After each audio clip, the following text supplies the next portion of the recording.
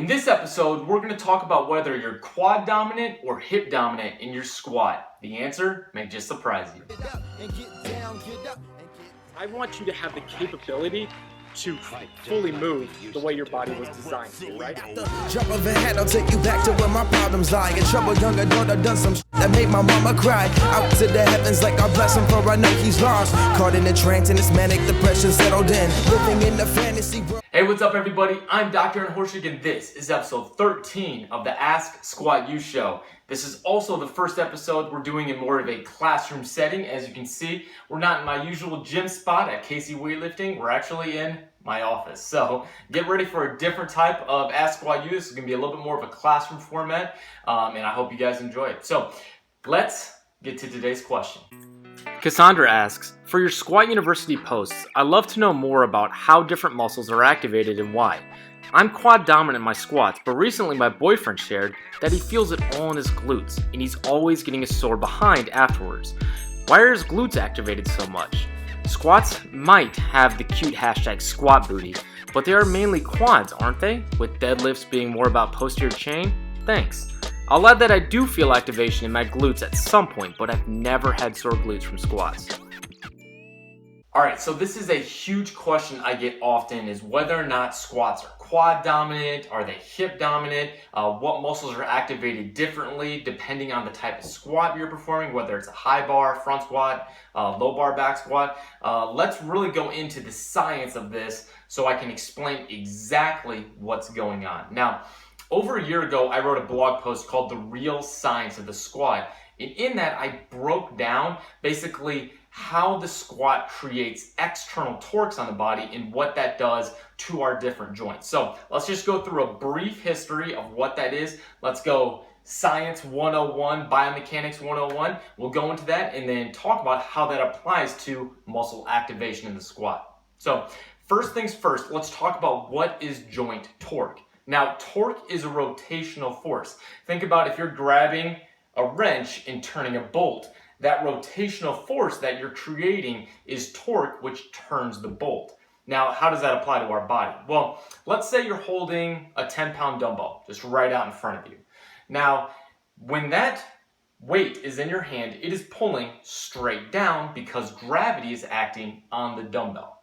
So if you have that 10-pound dumbbell straight out in front of you, it's pulling straight down and creating a rotational force at your shoulder joint that your big muscles, your deltoids, have to overcome in order to keep your arm extended. Now, the more force that you have, the more the dumbbell weighs, the more gravity's pulling down on that, which is creating more torque at the arm.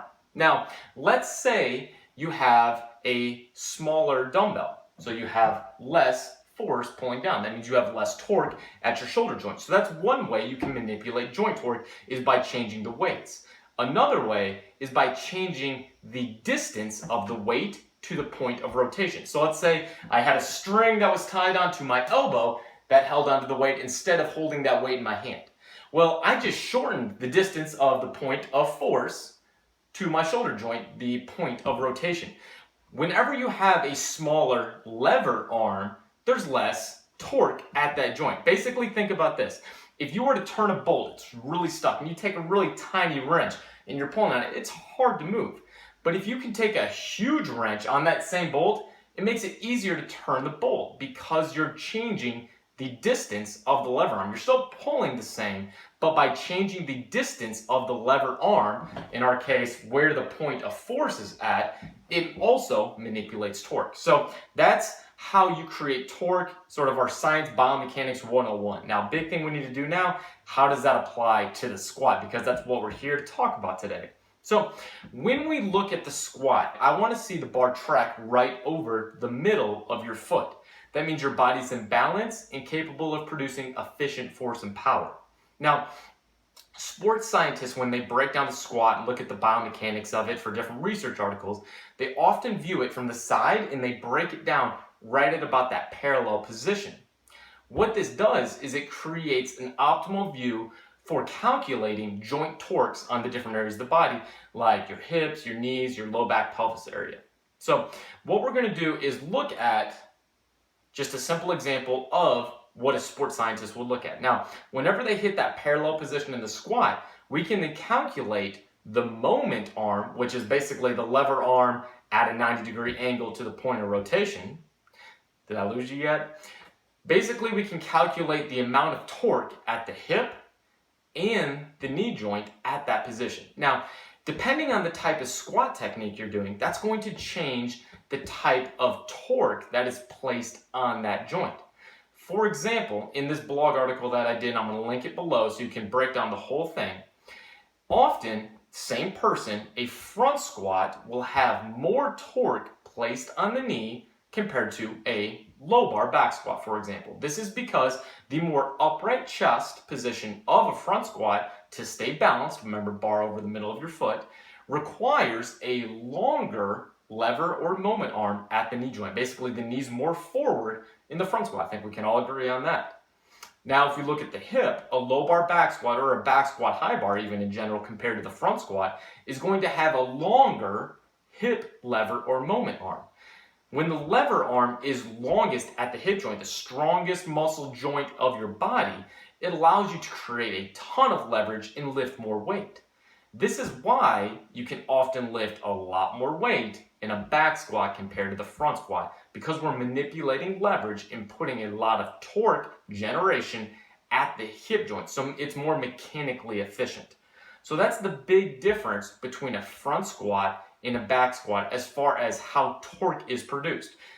The position of the bar dictates and changes the external torques around the different joints. Now, a lot of people will take that information and automatically extrapolate it to think that because there's more external torque at a certain joint, that means that the muscles will be activated more so during the squat in order to overcome that. This is sort of the simple premise as if I'm holding a 10-pound dumbbell right here in my hand, my deltoids have to create a lot more force to keep it up. Versus if I just had a small dumbbell hanging from my elbow, the deltoids don't have to work as hard to keep that up. Well, it's different whenever we talk about a multi-joint movement like the squat. Let me explain. What I want you to do right now is forget what you learned in your anatomy class in high school or college, because I'm going to give you a little bit of a different understanding for how the body actually works in how it pertains to the squat. Now, let's talk about different muscles. If we look on the front side of our body, we've got our quads, right? Now, you've got your vastus muscles, you've got your vastus medialis, your teardrop muscle, which would be part of that, the VMO. You've got your vastus lateralis on the side. You also have your rectus femoris. That's one of the bigger and longer muscles in the front of your thigh. Now, those first two I explained, the vastus medialis and the vastus lateralis, are called monoarticulate or one-joint muscles. Basically, they start or they originate upwards on the thigh and then they cross the knee joint. So they only cross one joint.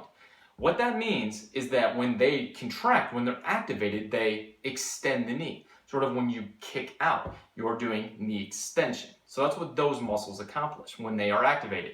However, your rectus femoris muscle, the longer one, actually crosses two joints. It's considered a biarticulate muscle. This means that it crosses the hip joint and the knee joint. So not only can it help those other quad muscles extend the knee, but it can also flex the hip or bring your knee, your whole thigh, towards your midline of your body. That's called hip flexion. So when those muscles are activated, they can accomplish two things based on what type of action your body needs to perform. Now, on the other side of your body, we've got your glutes, we've got your hamstrings. What do those do? Well, your glute muscles, your big glute max, the strongest muscle of your body, that does hip extension. So when you see a powerful runner driving out of the hole, they are using their glutes like crazy to extend their hip. The hamstrings are a little bit different because a lot of the hamstrings, like the semitendinosus, is a biarticulate or a two-joint muscle. So it crosses both the hip joint and the knee joint. So let's say you're trying to do a butt kick. You're raising your heel towards your butt. That is knee flexion. So basically your hamstrings are working to flex the knee. Well, they can also work to help extend the hip as well. So the hamstrings have two actions when they are activated basically. Now, here's the fun thing. A lot of times when the body moves, as far as we're concerned in our anatomy textbooks, if we're doing knee extension, so we're kicking forward, our hamstrings basically have to relax in order to let the rectus and the quad muscles do their job of kicking forward, correct? Same thing happens if we're trying to do a butt kick. Our quads have to relax in order for the hamstring to accomplish raising the heel backwards. That's what we're taught in basic anatomy, is that the muscles sort of have to relax for one other muscle to basically create the main movement. However, when we talk about the squat, an interesting thing happens. Both the rectus femoris and the hamstrings are activated during a squat. That doesn't make sense for most people, because if we look at the anatomy textbook definition, both of those muscles create different actions. However, our body uses these two joint or biarticular muscles to actually do something crazy. It transfers energy from one joint to the other. Now, a number of sports scientists refer to this phenomenon as Lombard Paradox, and that's in reference to a biomechanist in the early 1900s named W.B. Lombard. And basically, he did a lot of research into the understanding of how two joint or biarticular muscles function in the body. So basically, we find that muscles that span two joints, biarticular muscles, like the hamstrings and the rectus, don't necessarily function to create a ton of movement themselves, but actually transfer force from a mono or one joint muscle. What that means is that during the squat, the glutes indirectly via the rectus muscle, that's two joint, extend the knee. That also means that your vastus muscles on the front of your thigh indirectly via the hamstring help extend the hip. So basically the glutes and the vastus muscles of the thigh act as force generators, while the hamstrings and the rectus femoris muscle act to transport energy between the two. Now, this completely changes the game when we talked about how muscles are activated during the different squats. A lot of people think that because the external torque at the knee joint is greater during a front squat compared to a back squat, that the quads have to be activated more so to basically overcome that external force. What this means is that the body is not actually functioning in that simplistic manner. Just because there's more external torque at the knee joint doesn't mean the quads are turned on more. The body basically redistributes force from the hips to help the knees overcome that external torque. So now we can use this understanding to answer the question, are the quads activated more so in a front squat, a quad dominant squat like many people think? And the answer is no. Just because there's more external torque at the knee joint doesn't mean the quads are activated more so than a back squat in order to overcome this. The quads are already turned on. Remember, the quads are activated because of depth or because of the amount of weight, not because of the type of technique. So what does the research say? Because a lot of people want to know, what does the science actually say? Well, there's been a number of different studies that have actually confirmed this understanding. In 2006, Dr. Jonathan Sinclair, with the rest of his colleagues, looked at the front squat at 70%, 1 rep max, and back squat at that same weight, and found no difference in muscular activation between the two. Other experts, like Dr. Brett Contreras, known as the glute guy, Dr. Brad Schoenfield, they took a number of women and had them perform their estimated 10 rep max in the front squat and back squat, and they found no significant difference also in muscular activation between the front of the thigh and the back of the thigh. In fact, to my knowledge, there's only one study that's ever been performed on front squats versus back squats in terms of muscular activation that found a difference between the two.